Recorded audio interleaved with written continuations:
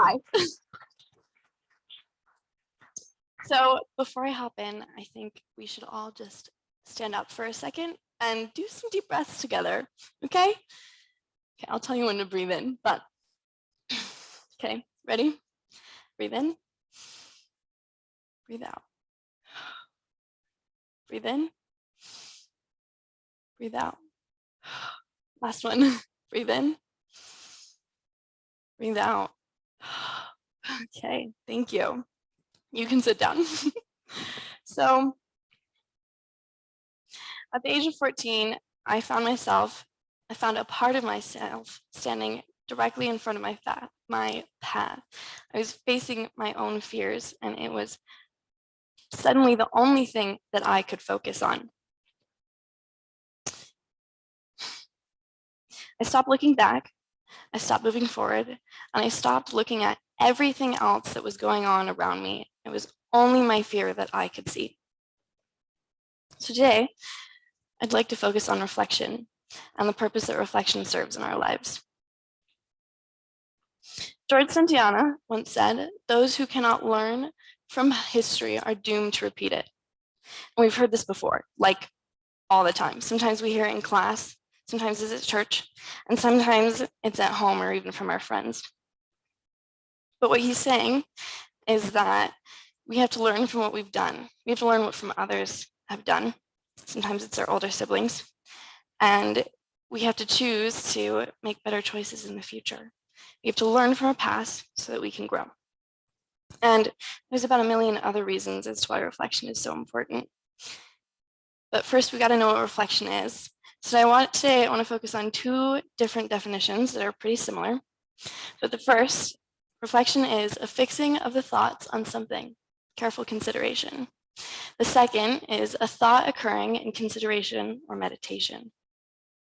So, my own words, reflection is when you're thinking about an experience, something that you've been through, and you realize something or you learn something new. Now, like I said, there's a few different reasons as to why reflection is so important. The first is to see how far you've come. At 14, I was struggling a lot with food. I wasn't eating a lot. Sometimes it was just one meal, and sometimes it was just an apple. And I really just didn't feel like eating, and I hated myself, and I hated my body.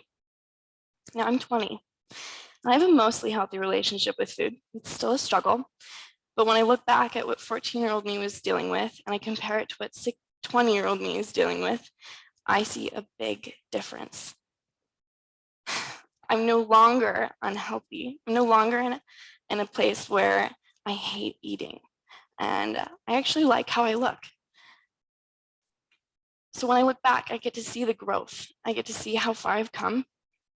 And it reminds me that I can do more, that I am capable of improving.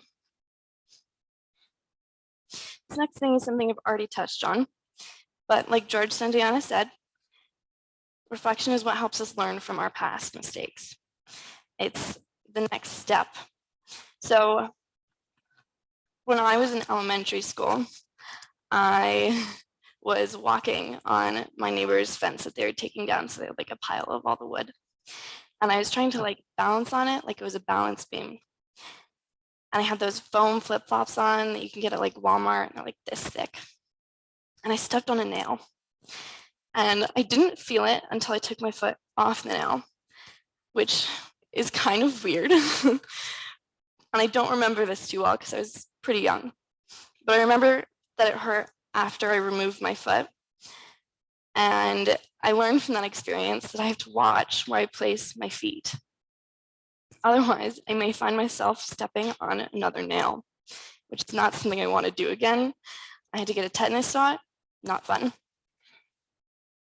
So there's some research that was done that shows that, quote, employees who spent 15 minutes at the end of the day reflecting about lessons learned performed 23% better after 10 days than those who did not reflect.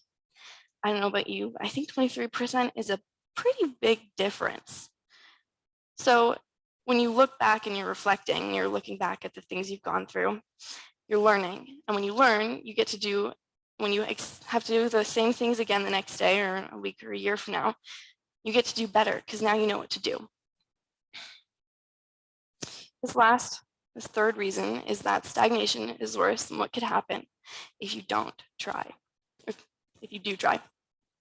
So when I was 14, I was stuck in this endless cycle of not eating, of hating my body, and sometimes I couldn't even get out of bed without it really, really hurting.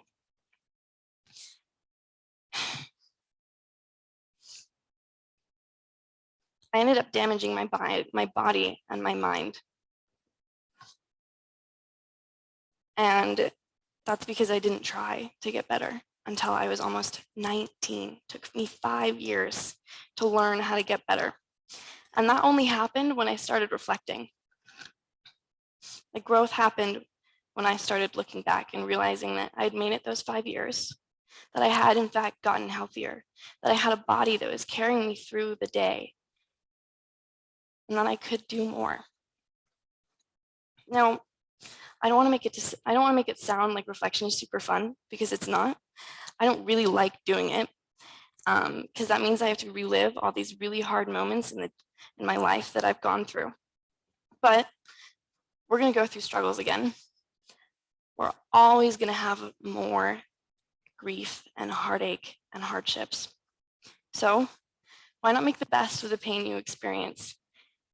Why not make the most of having to go through that pain and learn from it, so when it happens again, you can better cope with whatever is happening? Now, how do you reflect? There's a few different things that I like to do.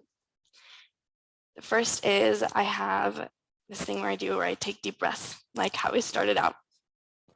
And when we were doing that, I was reminding myself that I could do this speech, because I've given speeches before, and because I know it pretty well. I was telling myself that it's okay if I freak out a little bit, because I know how to cope when I am freaking out. And I just like taking deep breaths. The next thing I like to do is a gratitude list. And every night before I go to bed, I write down 2 things that I'm grateful for.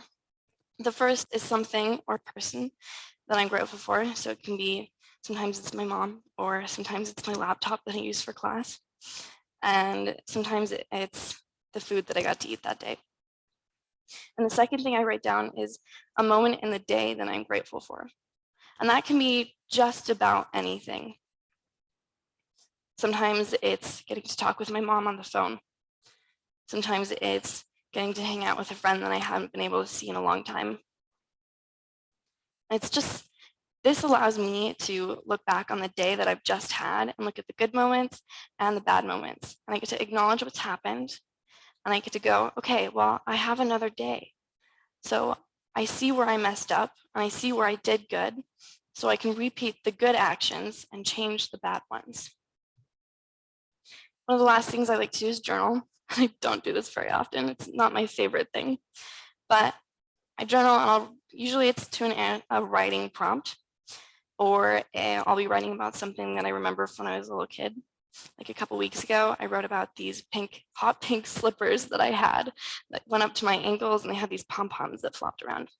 And I wrote about them because I hadn't thought about them in a while. And it popped in my head, and I was like, I really liked those things. They were very, very comfortable, not so stylish. Now, one of the last things I do is I have this tapestry that hangs above my bed. And I made it sometime last semester, but I use it as a reminder to get out of my own way because I do that a lot still. And to me, it's just like well, you still have more growing to do. And to do that, you got to look back and see where you've been. Thank you. At 14, I found myself face to face with my own fear. I didn't like who I was. I didn't like my parents. I was really, really, really struggling. I was a roadblock. I was keeping myself from moving forward. And I was keeping myself from looking back to learn how to move forward. So I invite you to reflect. Oh, sorry. So I invite you to reflect Reflect on your day, your week, your month, your year. Reflect on a specific thing that happened, and reflect in the car, in the shower, on your way to class, or just whenever you find yourself with a little extra time to think. Reflect so you can grow. Thank you.